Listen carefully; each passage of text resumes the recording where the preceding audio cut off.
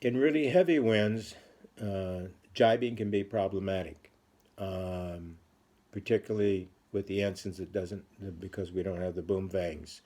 So going downwind, the back of the boom tends to rise up in a jibe. If you don't really control the main sheet, you could get the boom caught on the backstay.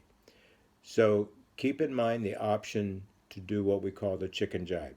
It can be a much safer process. So you're sailing downwind, you need to jibe. Think about basically turning the boat upwind, tacking and coming back around.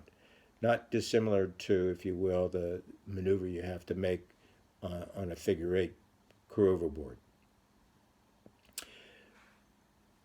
When you're going upwind, if you do find yourself in the no-go zone between two other boats, the first thing you want to do is to immediately release the main sheet.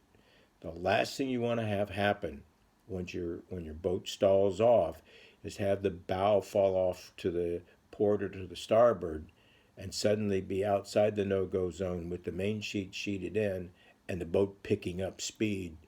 You're going to do damage to another boat without question. So if you find yourself in that situation, the first thing to do is to release the main sheet and hold the boat as best you can straight into the wind. What you have to do is determine if you've got enough room to really fall off based on where you're at between the two boats. Frequently, just falling off will cause the bow to hit one of the other boats. So your only option at that point is going to be to get out your alternative power source, your paddle, and paddle your way out. I hope you remembered to check to make sure the paddle was in the boat before you left the dock. You got two ways to paddle. One is forward in front to get yourself in front of the boats, and the other is to paddle backwards out behind the boats. You're going to have to decide which will get you the shortest, which will position you fastest, easiest, and safest. Frequently, paddling forward beyond the boats is going to be a farther distance because you've got to paddle not just in front of the boats, but far enough in front of the boats that you can actually fall off safely.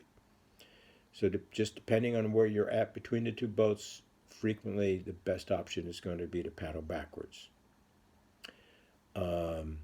Finally, if you're feeling frustrated because your plans aren't working, then sail yourself off to an open area, safe from other boats, and just take a breath. Stop, regroup, and come up with a new set of plans.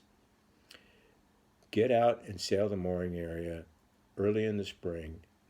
Use the Spinnaker Club on Saturday morning instead of wandering around out in Area A or out in Area C where there's nothing really to do. Use the opportunity to shake the rust off in the mooring area. You can always find other people who need to do the same thing and who are willing to sail in the mooring area with you. I hope this has helped.